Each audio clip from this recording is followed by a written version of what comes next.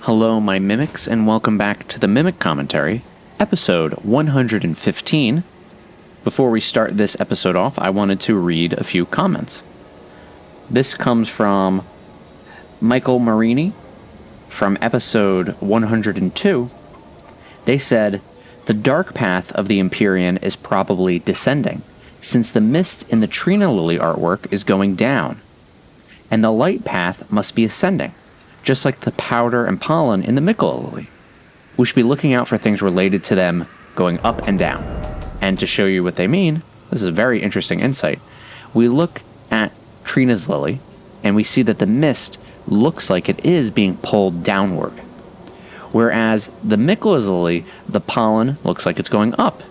So we see that the golden pollen of the unalloyed gold, which Mikola's, a needle made of unalloyed gold, is what helps Millicent, or what will help Millicent in her rotting sickness. And St. Trina's mist is going down. This one is on the verge of wilting.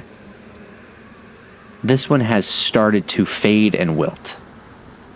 On the verge of wilting, started to fade and wilt. How's the pollen in this one? The pollen in this one maybe down. This is dripping down. That's dripping down. Grave violet is going up. These don't look like any particular direction. Interesting to think of. Then we have another comment I wanted to read. This one comes from Trees Are Homies Too, this is from the previous episode. This is a long comment, but I want to go through it because it has a lot of interesting insights. First, they say that the Edgar Radigan parallel is very powerful and a compelling observation. Regarding Caelid's representation in the Weeping Peninsula, it's not geographically one-to-one, but Poison Mist is just north of the Poison Swamp. We found that in the Incantation Scarab here. And it mentions the Servants of Rot, and I think the Ash of War version can be found in the Swamp of Aeonia. That is correct. We found it right around here. Also on the beach just south of the swamp is a corpse in a chair holding an Artaria leaf. That was right here. Surrounded by 4 hostile red jellyfish. Given what we learn about spirit jellyfish later, and what I've been saying about Artaria leaves in Radigan, thought that was interesting. That is interesting. Now this is to the speaking on the end of 2 episodes ago. With the 2 dancer cultures, I think it's worth noting that in alchemy, the will, which is the fiery directive of the soul, is represented in red sulfur, which is also tied to blood as the container of the soul. Now that's very important. We've been talking about dragon blood and Eocad using the red color, not rust, on the sword to be able to move it with their will alone. We've been tying the dragon hearts to the Lord of Blood and all of that related thing. Now, as a container to the soul, blood as a container to the soul, this is a very, very powerful insight and something we're going to see more of later throughout the game. It's also something that is prevalent in Dark Souls. If we think about the end of Dark Souls 3 and how we use the blood of the Dark Soul to create the new painted world. And I think, as I've shown in Bloodborne, the blood dregs have souls within the blood dregs. The cursed blood pot, which is made from beast blood, blood roses, and mushrooms, and a ritual pot, so this is a ritualistic offering. You throw at an enemy to douse them in accursed blood, and your summoned spirits that you use with your spirit ashes assail them with rabid fervor. So because of this cursed blood has doused this target, the spirits will begin to assail them with this fervor. And it's a childhood memory of the Lord of Blood. So the Lord of Blood, because he has this accursed blood, he's getting attacked by spirits. So this ties into that alchemy. Mind in alchemy is related but separate. And we've been separating our dancer cultures now. Now we have the red dancer culture and the blue dancer culture. As a means to discipline the passions of the soul and guide the alchemical process of work. So if we look at some of our blue dancer things. The cloth doll depicting the dancer garbed in blue. The fairy who in legend bestowed a flowing sword upon a blind swordsman, blade in hand. The swordsman sealed away an ancient god, a god that was wrought itself. Our other big dancer stuff is I believe does our Shamshir have it? No, that's just skilled swordsman. I think I am thinking of our blue cloth cowls. Just as still waters turn foul, stagnation leads to decay. Warriors must remain ever drifting. The blue color of its fabric symbolizes brisk waters, as fluid and flowing as the sword in the hand of its wearer. And lastly, our soap. A plant-based soap made from mushroom juice. Filth covering the exterior eventually seeps inside, soiling one's very spirit. They continue to say, perhaps Eocade warriors focus on honing their instincts to protect their power, where the nomadic warriors are more interested in mastering their impulses to build a deeper understanding of mystical processes. I think that is very apt, because one of our starting classes is has this set. The warrior class has this nomadic warrior set, and if we were to tie them with one of our, let's say, what the origins, one of them I believe is the loner, who is either the loner or the pilgrim, which has to do with knowing myths and legends. I could see that these nomads, especially since they know how to craft things in the face of other scarcity with their cookbooks. We don't know much about Eocade. And one of the reasons why we most likely don't know much about Eocade is maybe they don't want people to know their secrets of how to project the will. However, the nomadic warriors, they share their knowledge with the world. And they know how to survive in the face of utter scarcity. So it gives me the idea that perhaps the roaming blue dancer warrior nomads, they may have to practice some asceticism because they are facing utter scarcity as being a nomadic people. They can't farm and produce a lot of, food sources and resources. And then lastly, they said, I think you're onto something with Ghost Flame being an unsuccessful attempt at Spirit Tunic. So thank you. I'm glad you appreciate that. And those kind of recap our last few episodes. We talked to Gowry for the first time. And he told us what he wants to get that needle, this unalloyed needle, to help Millicent. And then he'll give us the secrets of Sellia right down the road. Well, we want to know the secrets of Sellia because Sellia has the assassin sorcerers, and they're tied to our eternal plot. And the Sellians also have the Claymen. But we're not going to talk about the Sellians yet, because last episode, I killed Gowry. So after I killed Gowry, he said, we shall meet again, you and I. There are countless pests to choose from. And we've been talking about this talisman ever since we got it. This we got from the Sellia tunnel, Sellia crystal tunnel, where 2 rot pests were in exaltation. A talisman bearing an icon that depicts a group of masked figures. So everyone in the group doesn't have an identity, they're just wearing a mask. The figures represent the flock at prayer, their faith, their firm belief in the intangible. Okay, so this flock, like sheep, all wearing masks, no identity, same belief, all praying together. And it inspires their solitary founder of their religion. What is faith and not affirmation? Now this guy, when we killed him, he turned into a rot pest. So he's using some mimicry, he's using some sort of magic to hide his true form. And he puts on this face, he puts on this mask to look like this guy. But this isn't who he is. He's not this man. He's not.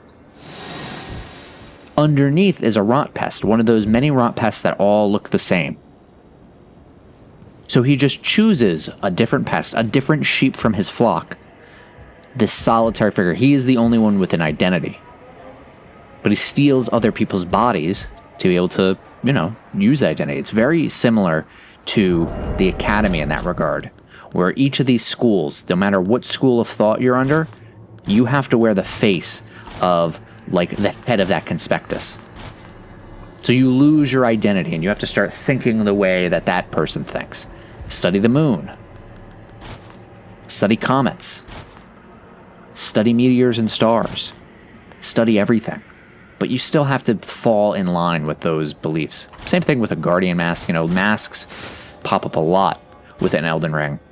And it really, I think, ties into this idea of losing one's identity. This also goes into the hive mind aspect. So all of these people who were reborn as rot pest are now part of a hive mind. They have this intelligence that we can't understand, this keen intellect they can't understand. And within that hive mind, because they're bugs, they're pests, within that hive mind is one solitary founder. This guy. This is the singular thought and the singular mind within the rot pests.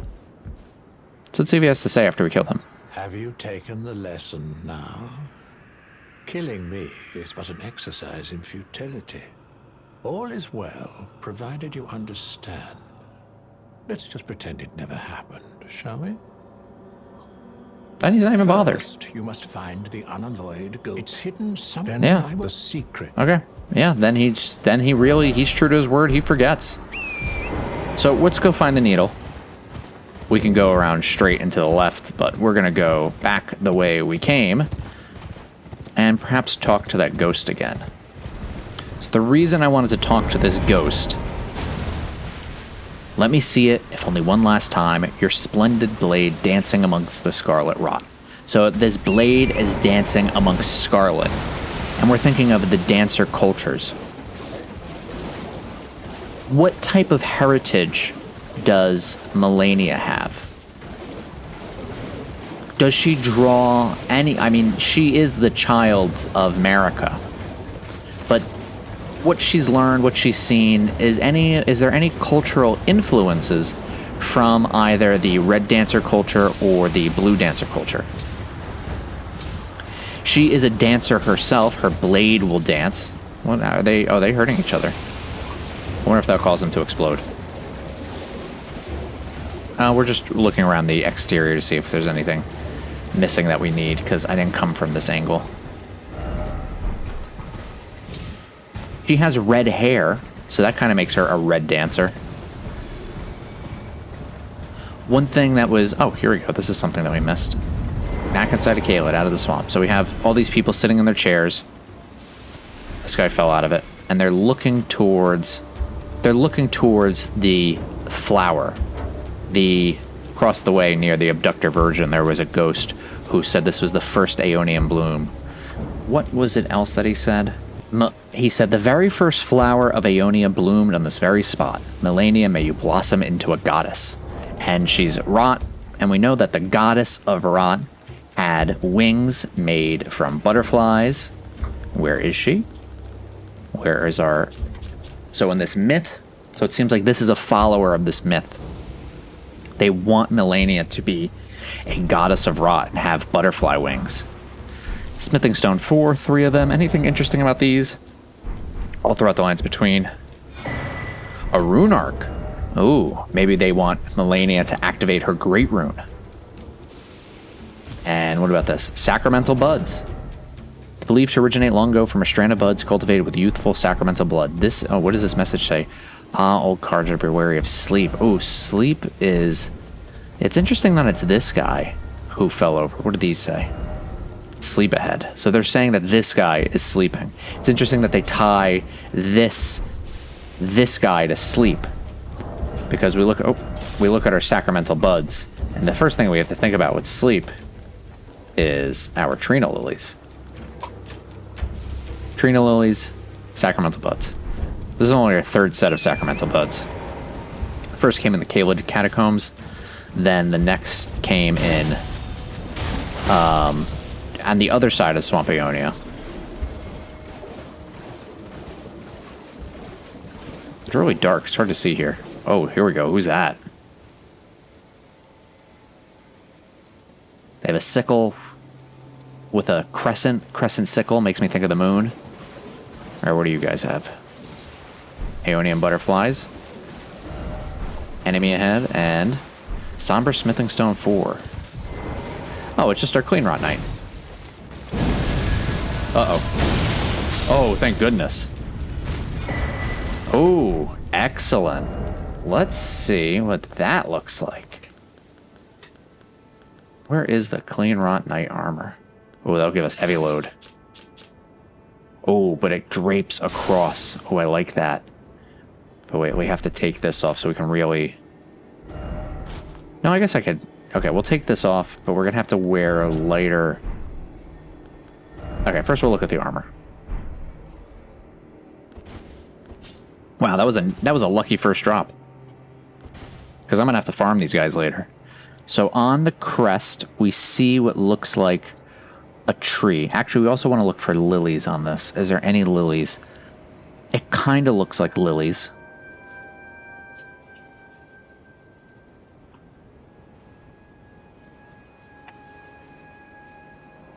There's roots coming out of the shoulders. A golden armor. Oh, are they getting close to me? No. Kind of a necklace around with circles. Maybe, it's hard to say what those are. In the center, it's reflective. I'm seeing wings. I'm seeing wings. And we know Melania had wings of unparalleled strength. And a lot of, oh, there we go. The back really has that, oh, hey. Hey, what are you doing?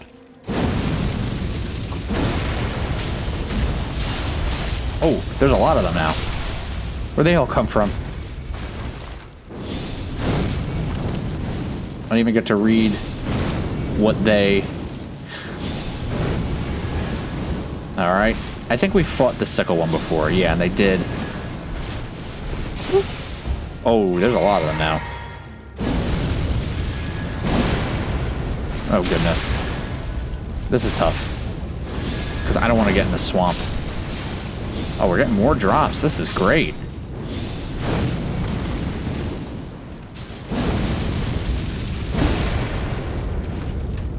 Alright, come on, buddy.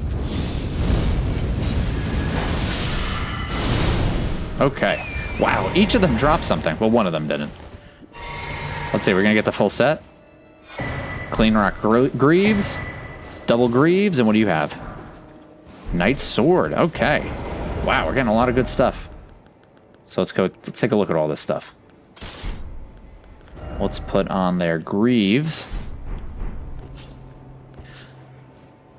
Now that we're looking at the set, anything else jump out as interesting? The lilies are all over the place. So Miquella has these are the blades of Miquella. They have Miquella's lilies. That makes perfect sense. But the Carians have the lilies too, and we have this Trina versus Carian dichotomy here. Wings on the helmet, bird influence. There's not much. Oh, let's fight you two. You know what? While we're at it, even though I'm heavy rolling, it'll be fine. You drop anything? No. The red on the waist gives Radigan, but then the white. What is the white supposed to symbolize? This kind of white fur.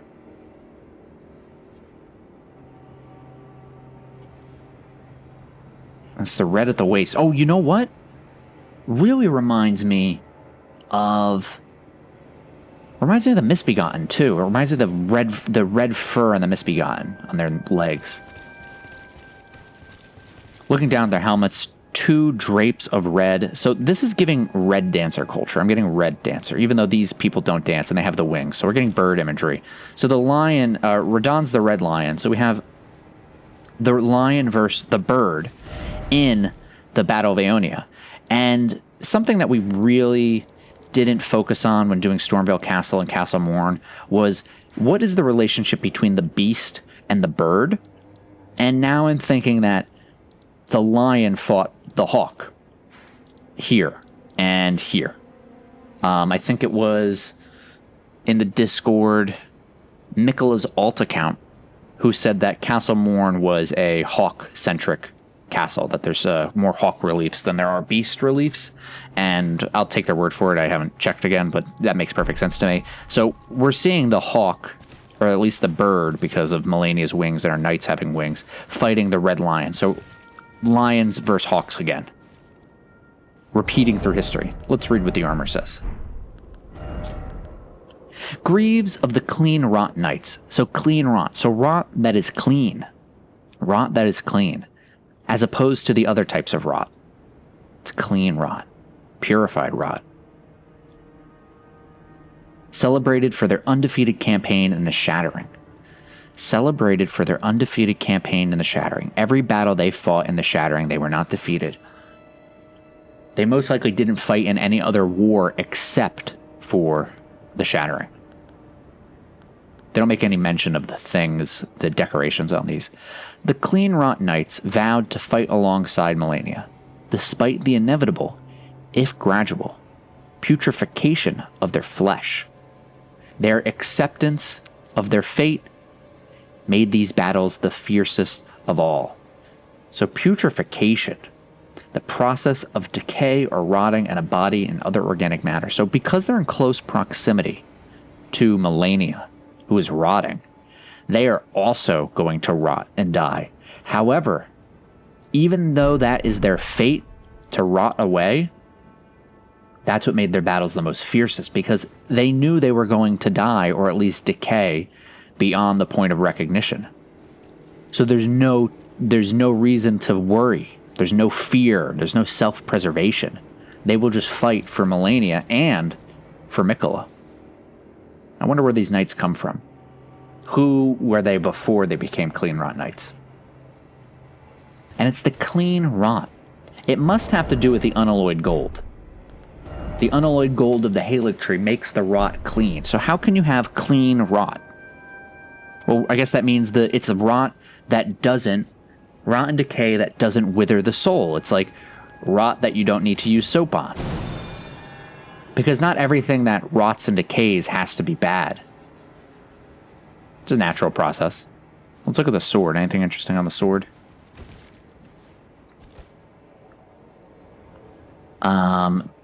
Let's see. It is rotting a bit. It has some of that scarlet rot on there. I'm not seeing anything that really jumps out at me. But what's interesting is it's a piercing sword. Let's see. It's not... It doesn't have the same flowing technique as Rajer's rapier. Piercing sword of the Cleanrot Knights who fought alongside Melania, Blade, and Miquella. Mainly used as a backup weapon in combination with a long-handled armament. Alright. Let us change... I guess we're going to go with the red hood. And we need to change one of our... I think our pants to be lighter. Or I guess not our... We need our greaves. You know what? We could do the warrior greaves. That kind of fits the... kind of that aesthetic. And can we do a different gauntlet now? Kind of like the iron better for this. Alright.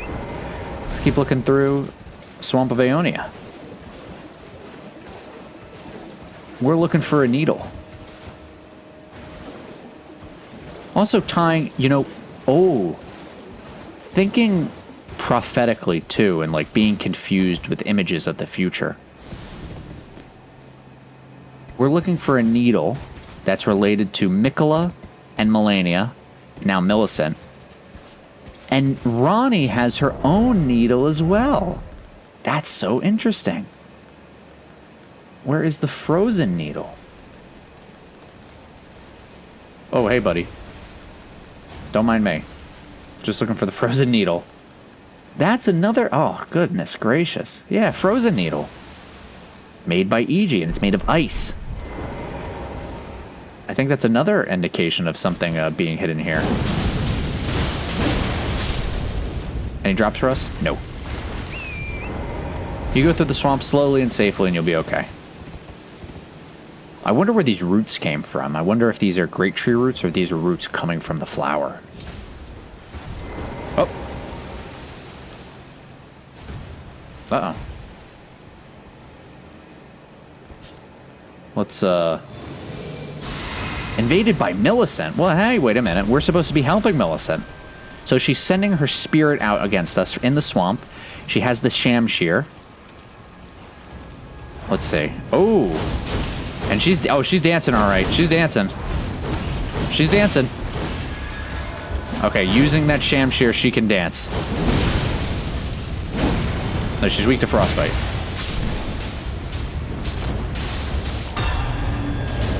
Alright, so Millicent sent her soul out to get us. And she has Sacramental Bud. So her... Okay, we gotta look at all this stuff that we got here. Wow, okay. So, holy moly. Sacramental Buds. So she is believed to originate long ago from a strain of buds cultivated with youthful sacramental blood. So her blood is tied to this strain of buds, of youthful sacramental blood. She's tied to that youthful sacramental blood.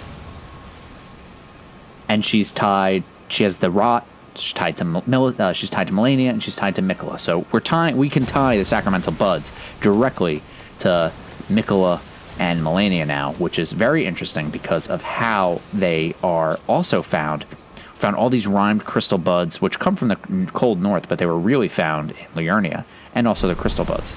Oh, hey, let's deal with this guy.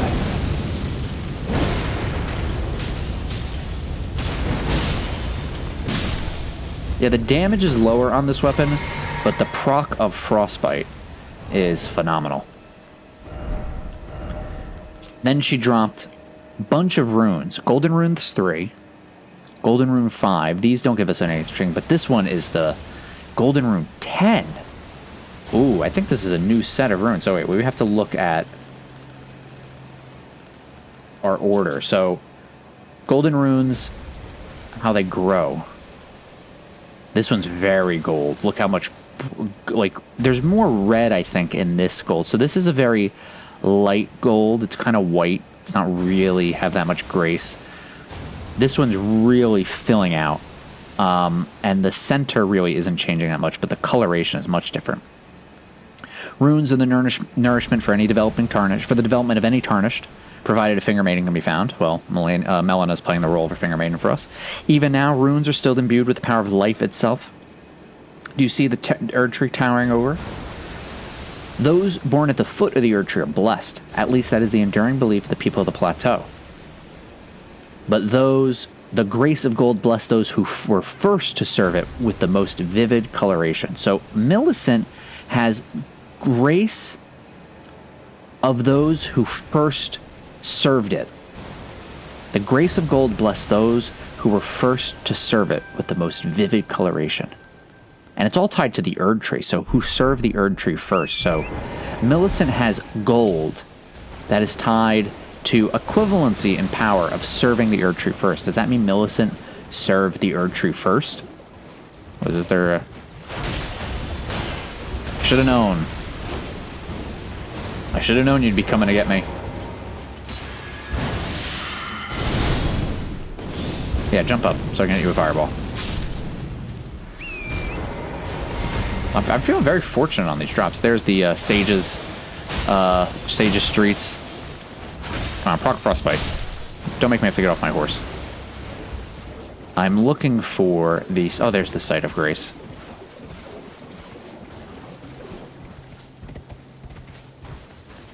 Giant dragonflies. Used to... These things are huge. These are way bigger than the things in Limgrave, and their heads are used for fighting against poison. Interesting, they remind me of the things found underground, the giant space monster that we found underground. Also reminds me of the Falling Star Beast, those pincers. So bugs definitely have these, at least some of these bugs, they definitely have celestial origins. That's what it seems like they're trying to tell us. So does that mean this rot is celestial as well? Quit jumping around.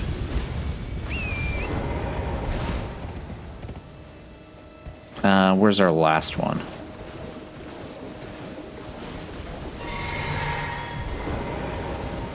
Oh, we can actually summon our Spirit Ash here.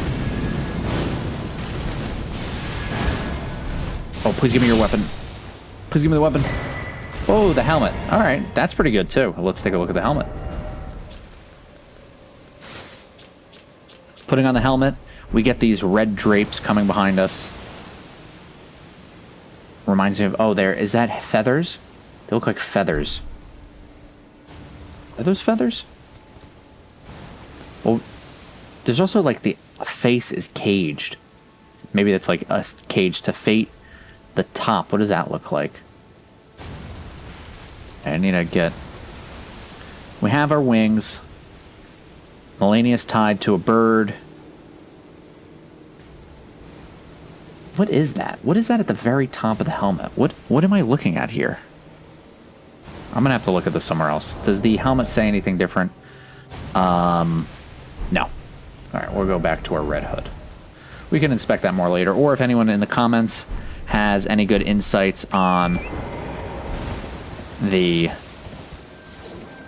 comings and goings and doings. Oh, I think there's supposed to be a summon sign somewhere. There's our combatant. There's our boss. But let's hit the Site of Grace. How am I good? I'm good on... I can't summon Oleg, so I'll probably summon Latenna.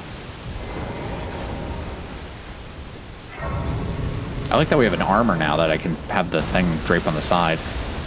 We're close to a level up, but I don't want... Oh, this is interesting. That Grace wanted us... Oh, that's interesting. So Grace wanted us to go through the swamp, hit here, and then go to Sellia under stairs. So we went all the way around. So Grace really wants us to go through Sellia. Fortunately, we're working with Gowry, and he's going to tell us all about the secrets of Sellia. I think there's a summon sign somewhere. I have to find it, though. Try summoning. Be wary of boss. Where's the summon sign? Ooh.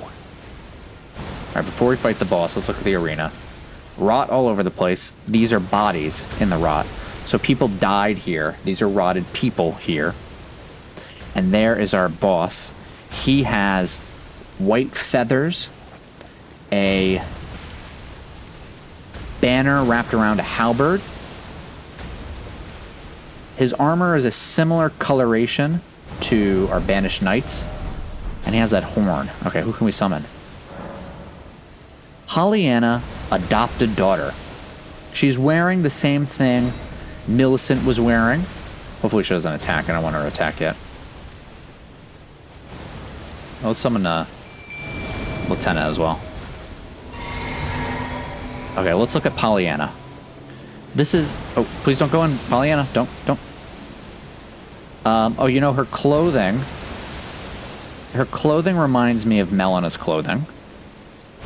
She has a dagger we haven't seen before. That dagger, actually, kind of reminds me... Where's our talismans? Look at all that prophetic knowledge. It's kind of... It kind of has that curved shape at the end, like the assassin's daggers. So maybe some relationship to the Black Knife Assassins.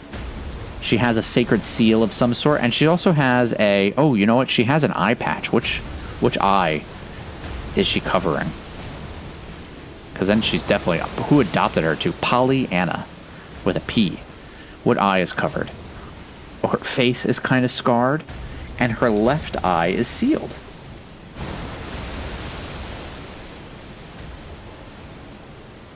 Melena's right eye, or her right eye is sealed on our left. Melena's left eye is sealed. Rena the doll, like the doll, or Ronnie in the doll body, the doll's eye is the same one that's sealed. She also is similar to Millicent. So who's the adopted daughter? Who's the father? Who is the father?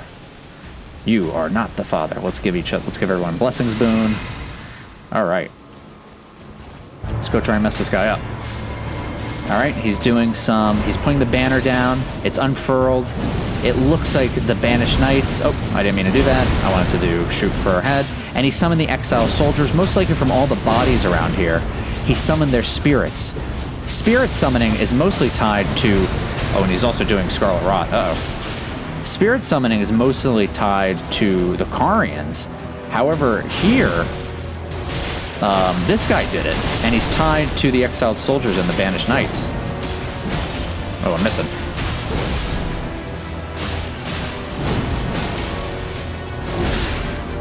me reset his frostbite. Oh no. Oh, and he's summoning a storm spell, but using that storm to summon Scarlet Rot. There we go. Back of his armor. It reminds me of the two-finger sigil. I want to see her cast any spells. She can... Oh, she has a quick dash. Oh, jeez. Okay. He's doing more spirit summoning. So he's able to summon spirits. And who is he summoning? They have the crescent axes. Okay, wait. We really gotta... We gotta get this going. Because I'm gonna get overwhelmed with my, I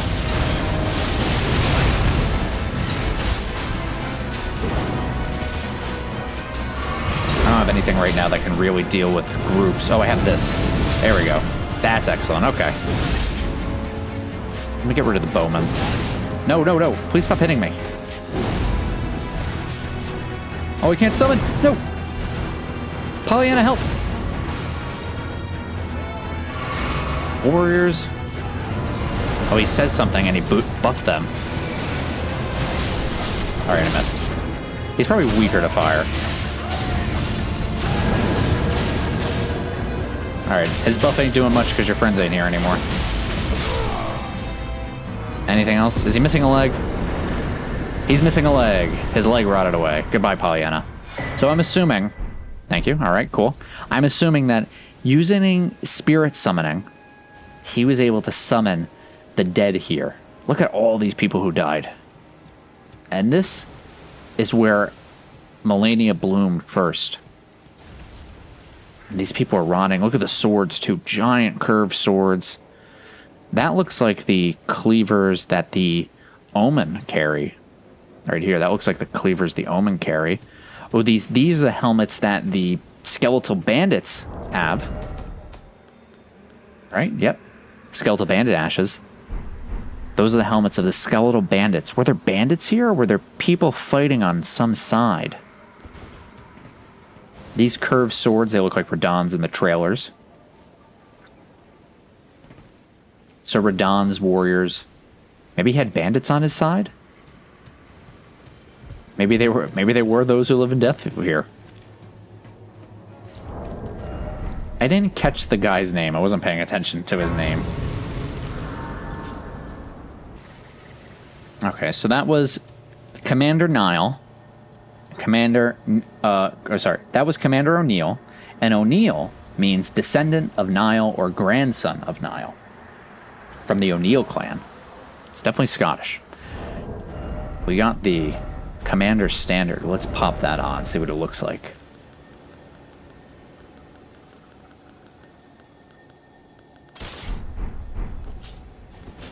Rallying Standard. Let's look at the moveset. Piercing weapon. Regular halberd. Does it have the same? Yeah, okay. So the regular halberd moveset. Rallying Standard.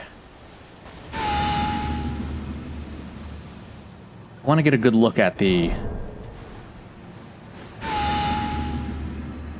Is that the wolf?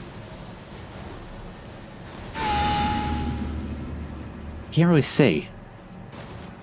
Oh, that doesn't unfurl unless I have. I'm gonna have to double check, but I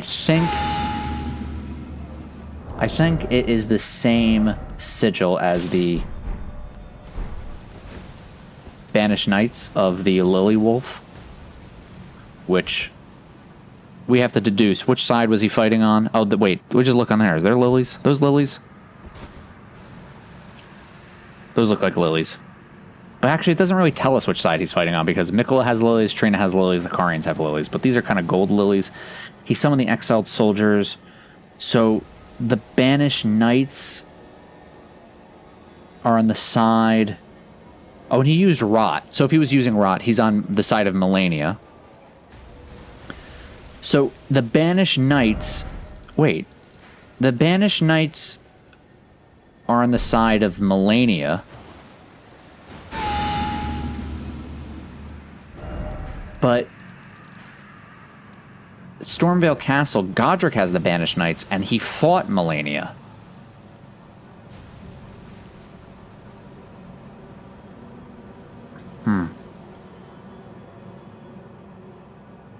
So I guess some Banished Knights... This is the heart of Aeonia. Some Banished Knights are with Mikola. Some Banished Knights are with Godric. Some Banished Knights are probably with Godric because of the dragon, because of the Godwyn descendancy. Like Godwyn doing dragon, or Godwyn starting the dragon cult, Godwyn the Golden, and then Godric the Golden is going to put the dragon on his arm. But that's the dragon they do communion with, and the cult is for ancient dragons. So that doesn't really work. Why would he... Okay, so the Banished Knights are playing two sides in this conflict. The Banished Knights are playing two sides in this conflict. They're playing the sides of Mikola and Malenia and Godric. At least some of them are. Look at the Commander Standard. A beaten red battle standard. It's a red battle standard. Makes us think of Radigan.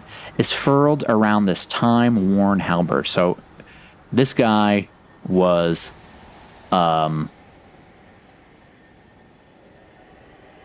This guy was a fighter. Even after his lord was fled, Commander O'Neill continued to brandish this flag in the devastation of the rot-eaten field of battle. The sole veteran who remembers this battle with pride. Oh, but he's on... the rallying standard. Hoist the war banner aloft and give a rallying command. Raise attack power and defense for self and nearby allies. So he remembers it with pride. He remembers it with pride, and when we think pride... When they were driven to defeat by Malenia Scarlet, the Redmane Knights burned the crest of the less... no, pride is... Not that one. Pride comes from... The red plume is the symbol of Radahn's pedigree as Lord Radigan's son, the mane of the proud red lion. Well, that's a lion, and he has a wolf on his banner. Wait, so is he on Radahn's side? If he's on Radahn's side, that makes sense as to why he didn't fight... Why Godric didn't fight Radahn, because the Banished Knights are on the side of Radahn and Godric. Even after his lord was fled. Is Malenia a lord? Is Radahn a lord? They're all trying to be lord, I guess. So they don't say which lord. So you're supposed to... Which lord? The sole veteran who remembers this battle with pride. So he has his memory. Okay, I'm going to need your help on this.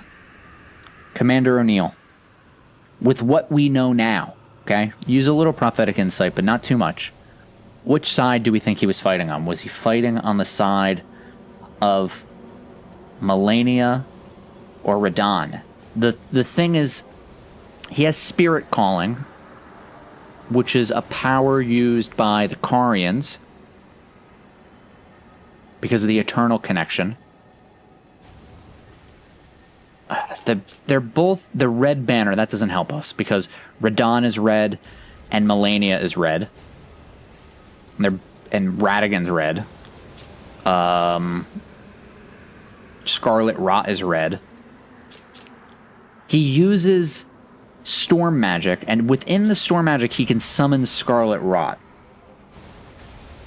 Is that just him kicking up the Scarlet Rot? I don't know. Okay, now we also have the unalloyed gold needle. Snapped intrinsic needle of unalloyed gold. Let's look at it. At the point, it's two halves that spiral into each other, and then it was broken, and then it keeps spiraling all the way to the top. So something snapped it in half. An intrinsically crafted needle of unalloyed gold snapped in half. A ritual implement crafted to ward away the meddling of outer gods. It is thought capable of forestalling the incurable rotting sickness. Sage Gowry has designs for this needle. So where could this have come from? Well, Miquella's unalloyed gold. This is an unalloyed gold needle. We have to give it to Millicent, who has the rotting sickness. Who also has the rotting sickness? Melania has the rotting sickness. Melania bloomed into a scarlet flower. And when we saw in the announcement trailer, in the story trailer, which was narrated by Ronnie, Melania jumps on Radahn and stabs herself with a sword and said something. Maybe she chanted an incantation of some sort. And then she blooms into a flower after stabbing herself and making herself bleed. So most likely, if this is warding away an outer god, and rot is the god itself, the god that was rot itself, Melania allows the rot god to take over for a moment and bloom into a flower, creating all of this. So Melania was like a time bomb. Like, she had the detonation switch. Break the needle, you can detonate. Break the needle, like, this is the last option. Break the needle and you can detonate. And she doesn't do it until she's on top of Radahn. And in that trailer, she says something. A ritual implement crafted specifically to ward away the meddling of outer gods. Gods, plural, outer gods. It is thought capable of forestalling the incurable rotting sickness. So it can't be cured because the god is rot itself. So unalloyed gold, pure gold, and the Erd Tree is not pure gold. But pure gold can ward away outer gods. You're meddling. Get out of here. You're trying to do something to this place that we don't want you to do. You want to influence rot and decay in the lands between. Unalloyed gold stops your influence. So the power of pure gold stops the influence of outer gods. Now, what does it mean to be an outer god? Out of what? Outside of what? Outside of what? Outside of the planet? Outside of the person? Outside of the story? Outside of the world? Outside of the universe, outside of the lands between, outside of Caelid, outside of our persons, outer gods. And there's plural, there's multiple gods. Well, we already know that there's multiple gods. We have the fell god of fire. The fell god, who lives inside of fire. Is he an outer god? Or is he just a god? The fell god still lurks within the fire giants. Do we have any other gods? I think we only have fell god, rock god. So, Fell God is Fire God, then the Rock God. Yeah, and Sage Gowry has some designs for this. So let's go... Actually, let's level up before we see Sage Gowry. Our stats are looking really even right now. I'm not sure what I want to level up. So when in doubt, Vigor. Let's make our health bar bigger. Use some Vigor to make the health bar bigger. And I hear some... Oh, that one's going to explode. Let's hit it with Lura's Graper. He didn't see me, did he? Oh, he did. No. Get over here. No, don't disappear. I need you. Ooh, okay. Sacred Rings of Light.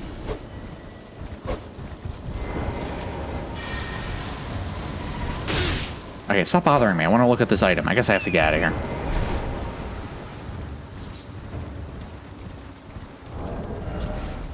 Ash of War grants armament Sacred Affinity. Multiple rings. Okay. They won't let me. Can I? I'll read it when I get to Gowry. We're back in Caelid. Uh-oh. Magic poop. A lot of sorcerers lived here. I think I said that last time I found one of these. We'll look at Sellia later. Ain't got time for that. This ain't a Sellia episode yet. Hey, Fido, don't bother me. Okay. Sacred Ring of Light. Well, we have the Elden Ring. Now we have Sacred Ring of Light. Skill used by the commanders of the Cleanrot Knights. Gather a sacred ring of light in the armament, then fire it forwards. Can be fired in rapid succession. Usable on pole arms, great spears, accepted. So now we have the Elden Ring, and here we have the Sacred Ring. And it's a sacred ring of light. Well, what else is light? We have the... Where is it? I'm looking for our cipher pada, our secret language, cipher. A cipher is a hidden code. It looks like elvish. One of the weapons originating from the two fingers, a formless sequence of ciphers comprise its blade, and is as such no shield can repel it. Deals holy damage. The furtive inscription appears to hang in the air. The language of light spoken by the two fingers. So the two fingers speak in a language of light. They speak in this cipher. They make this script with their fingers in the air. And it's a secret language. Finger readers who are blind are the ones who interpret it. And it's a language of light. The cipher blade with light. Imbue the cipher blade with light. And now we have a sacred ring of light. And we also have the Elden Ring. And the Elden Ring is made of runes. So the cipher pada is light, words of light, language is light, knowledge is light. The Elden Ring is made of runes. It's a ring of runes. And we can just look at it like this. Here's our great rune. So a great rune, great symbols, great words, great meaning. These runes are all circles. They have no beginning or end, which is interesting. And now we have Sacred Ring of Light. So we have we have the language of light of the two fingers, the Sacred Ring of Light of the Cleanrot Knights, and we have the Elden Ring, which is gold.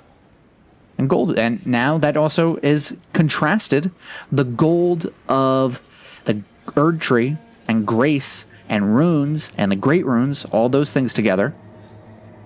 And we know that the Elden Ring is tied to the Erd Tree because of our Landell armor. Look, we see the Elden Ring within the center of the Erd Tree. See the Elden Ring in the center there? That is just gold. But it's not pure gold.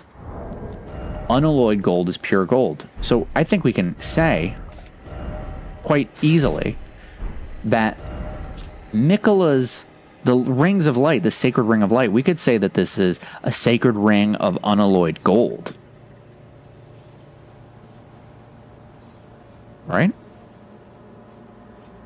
Unalloyed gold ring of light. All right, let's see what Gowry has to say about the needle. Oh, you found the unalloyed gold needle. As promised, I've detailed the secret of Sellia right here.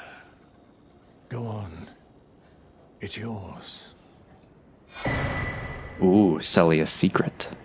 Now let me have a look at the needle. Ooh. Well, this is a marvel indeed.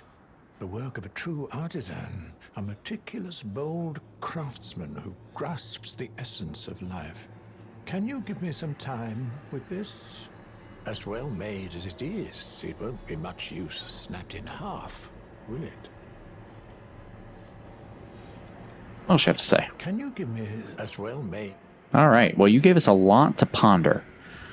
A meticulous craftsman who grasps the essence of life itself. Well. And the secrets of Sellia.